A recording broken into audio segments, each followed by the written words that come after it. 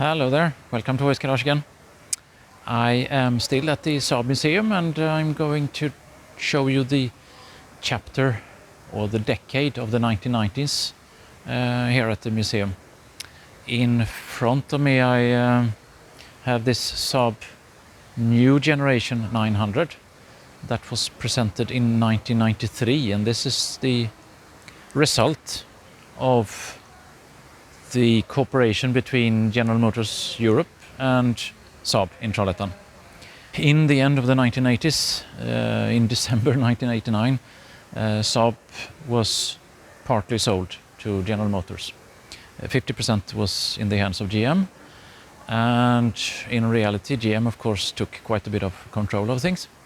And if you also remember from the chapter of the 1980s, Saab were in desperate need of a replacement for the 900. The 900 had been in production from 1979, so it was a bit over a decade old, but the whole concept of the Saab 900 was designed in the 1960s, so in many ways it was a very old car.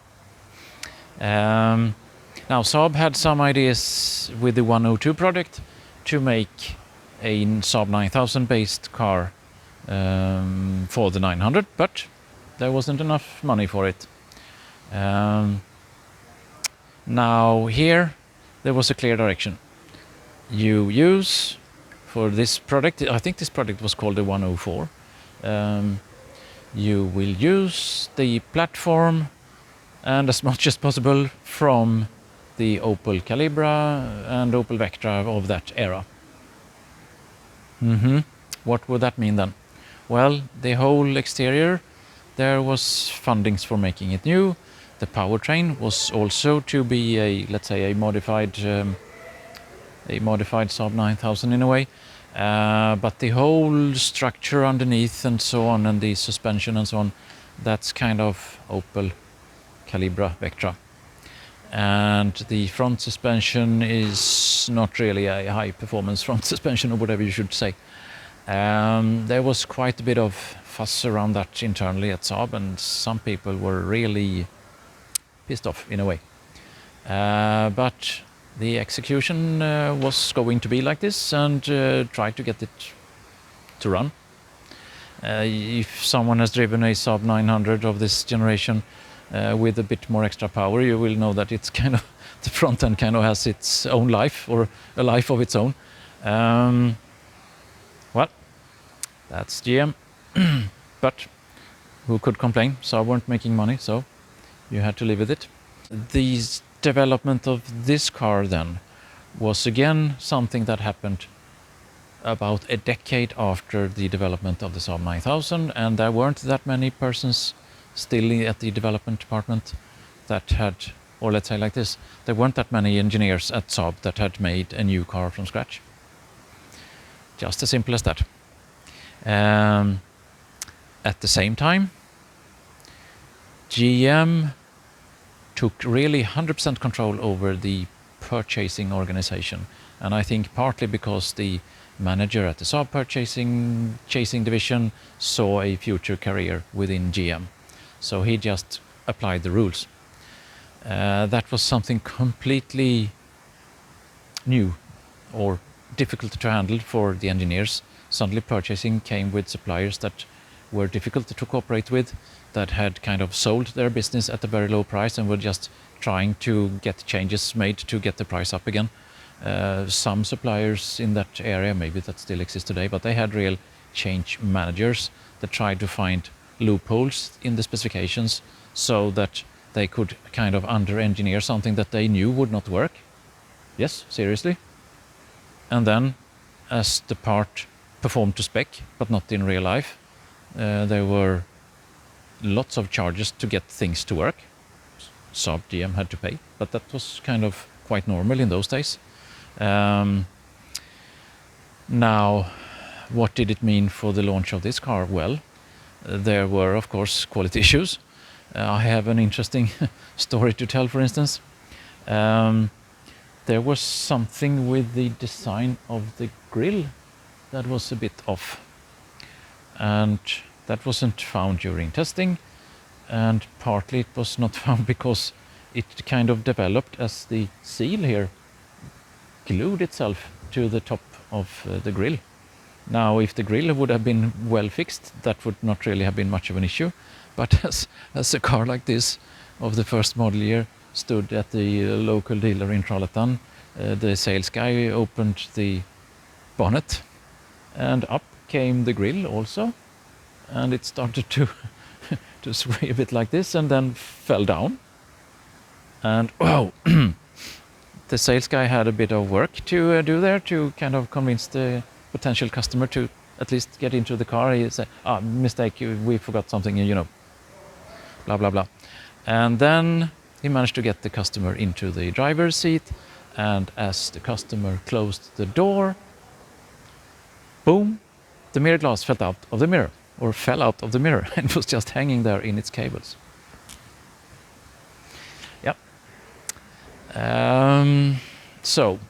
But of course those things were fixed, but that customer was of course not very impressed with the quality of the Saab 900, and rumors spread. Still, they managed to get things right, I would say, and the car started to get improvements and development and so on, and it was turned into the name change, the Saab 9-3, and that's of course due to the discontinuation of the Saab 9000, because the Saab 9000 was built in parallel, the 9000 CS, for instance. They were built in parallel, and the 9000 were to be discontinued, and it was going to be replaced by another Saab GM product, the 9.5, and at that time they swapped the naming of this one. So let's take a look at the 9.5 also then. Now, there was something a bit different also for the Saab engineers, let's say like that.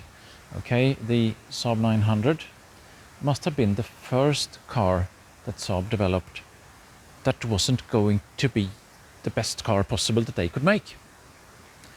Until then, including the development of the Saab 9000, the engineers always strived to make the best car they could. Of course, with some kind of budget and within the boundaries of the concept, but they always tried to make the best possible car.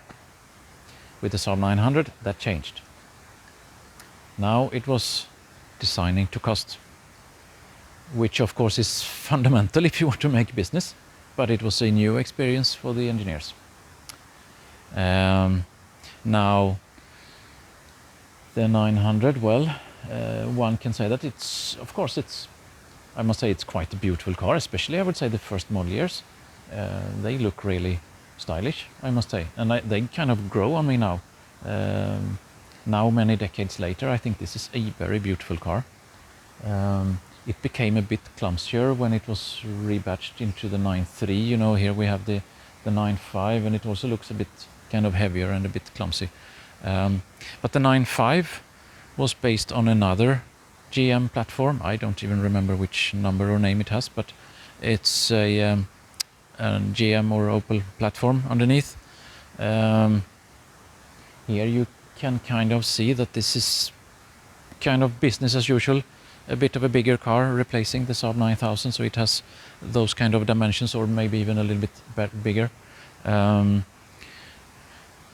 But the decision was to make a sedan and an estate again.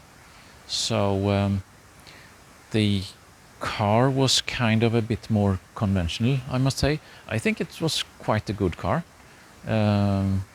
for its time, for sure.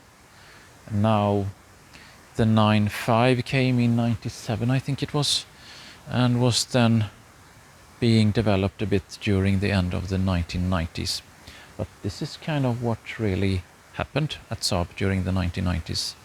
The birth of the 900 evolving into the 9.3 and the development of the 9.5.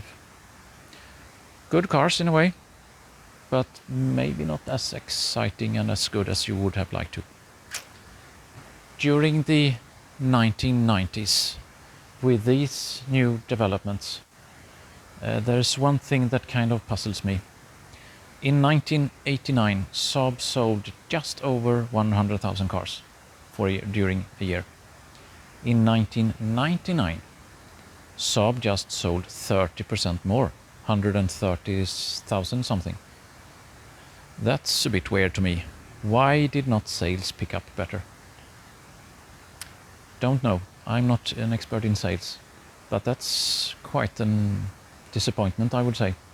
And I think Saab never really took off to any significant degree. Saab were never in the range of 100, and I think never in the range of well over 150,000, for instance. So there was something wrong, for sure. Now, I have memories of the 9.5, which kind of takes us into the 2000s, but still, this car is a typical end of the 1990s car.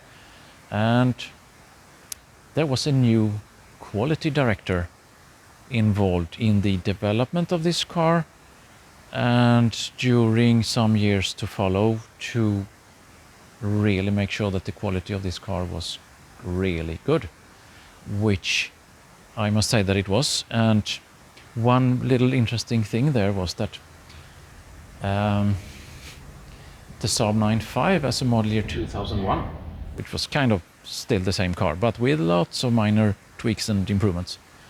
In 2001, Saab was on top of the J.D. Power's quality rating. Yes, on top.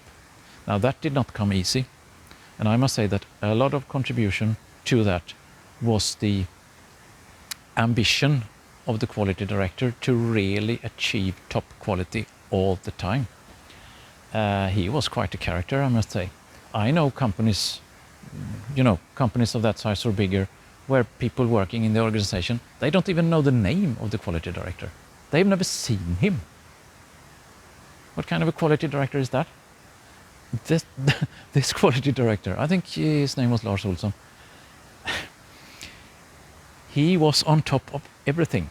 There were meetings on Saturdays and Sundays, and there were discussions in detail with the quality director and engineers about how to improve things.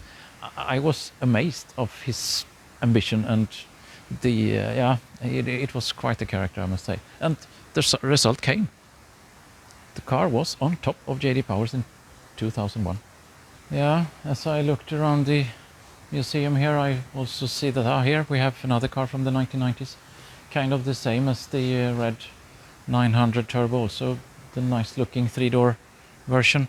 There was a second Talladega event in the US with this type of car, but it didn't get as much attention, and it was only driven to half the distance, I think. But here's one of these cars, also quite a bit sunblasted, and even with a hole in the headlamp. Let's see. I think there's a convertible somewhere also. I will see if I can show you that one. So up here in Scandinavia, for instance, estate cars, especially in those days, were very popular. You could end up in a parking lot somewhere outside a typical family-oriented thing, whatever. And I remember having walked in a parking lot like that, only seeing estate cars.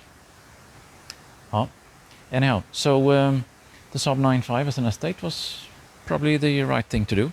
Here we have quite an early one, and this is a rather late car with the facelift, backlift, whatever you say.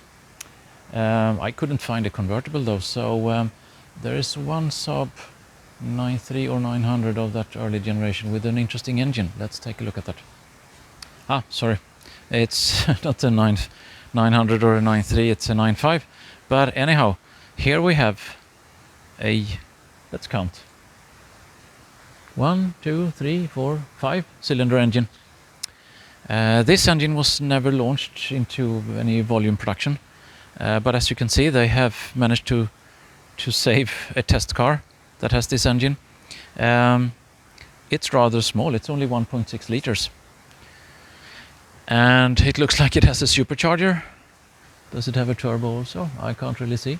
Anyhow, it is supercharged and it has variable compression. Yes, indeed. So somehow, as far as I can recall, it can or could tilt somehow, so that the position of the crankshaft, or the distance from the center of the crankshaft up to, let's say, the combustion area, could be varied. Well, variable compression.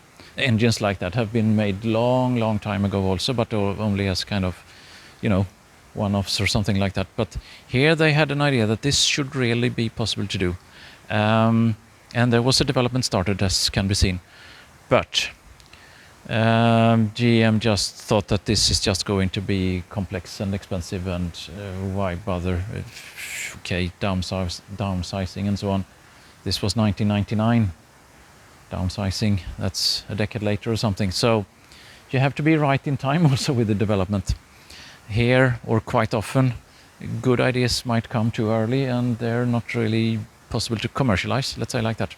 You have to have a balance between the performance or development and the market and what they are expecting. Anyhow, it's quite interesting to see. Yeah, some facts about the engine. Yeah, as I said, 1.6 liters, some 225 horsepower, torque of 310 Newton meters, and the compression ratio then is possible to change between 8:1 and 14:1. But other than that, well, this is not the new generation convertible, and I haven't found one here. So I think that's about it for the 1990s. That's all from Hoojies Garage today, and I will be back with the chapter of the 2000 to 2010, or maybe until the end. Bye for now.